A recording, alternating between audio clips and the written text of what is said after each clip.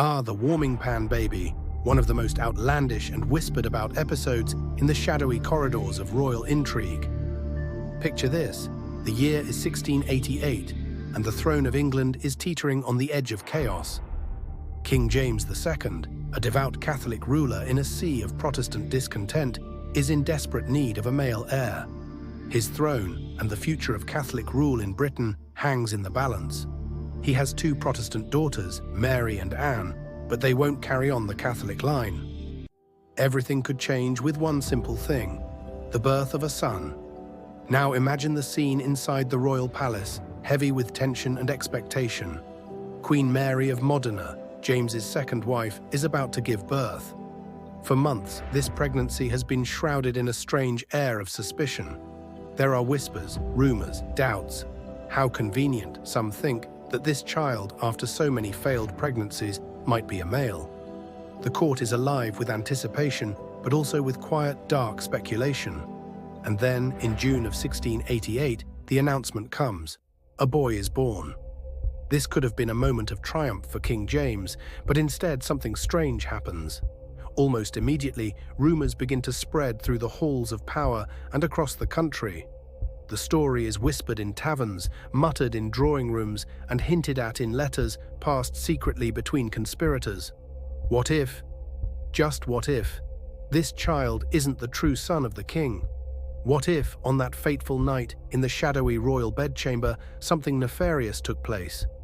The rumors suggest that the true heir was never born at all. Instead, a baby was smuggled into the room, hidden in a warming pan of all things, to deceive the nation and place a Catholic heir on the throne. It sounds absurd, too fantastical even for a royal scandal, but the more the story spreads, the more people begin to wonder. Could it be true? Imagine it: a small, inconspicuous warming pan, something used to heat a bed on cold nights, being passed secretly through the hands of trusted courtiers sneaked into the Queen's chambers. Inside is not a bundle of blankets to warm the royal bed, but a living, breathing baby boy. The perfect Catholic heir, the perfect political weapon. The Queen's delivery had been carefully stage-managed, they say. Only those loyal to the king's cause had been present. And where was Princess Anne, James's daughter? Conveniently absent, many noted. She, too, would later question whether this child was truly her half-brother. It was Anne, after all, who would later recount to friends that her father's son was nothing more than a warming pan baby. The whispers grew louder. Even a formal inquiry into the birth, with witness after witness testifying to the legitimacy of the child, could not quiet the noise. Over 40 people had been in the room at the time of the birth. Surely this wasn't possible. But then again, in a world where power meant everything, could such an extraordinary ruse really be beyond the reach of a desperate king? The story became more than just a rumor. It became a weapon. The Protestant nobility seized upon it, using the mystery of the warming pan baby to stoke fears and fuel conspiracies. In their eyes, the birth of this son threatened everything.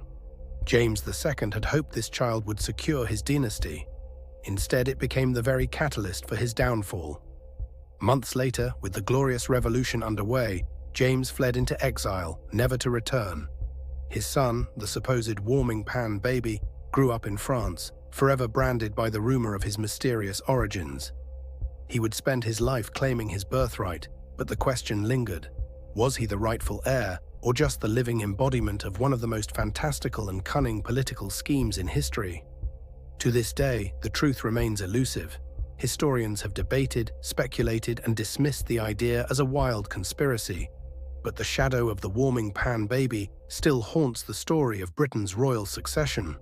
What really happened that night in the Queen's chambers? Was it the birth of a legitimate heir, or one of the greatest royal deceptions ever pulled off? It's the kind of mystery that keeps you wondering. What other lengths have been taken in the quest for a male heir, and what secrets still lie hidden in the pages of history?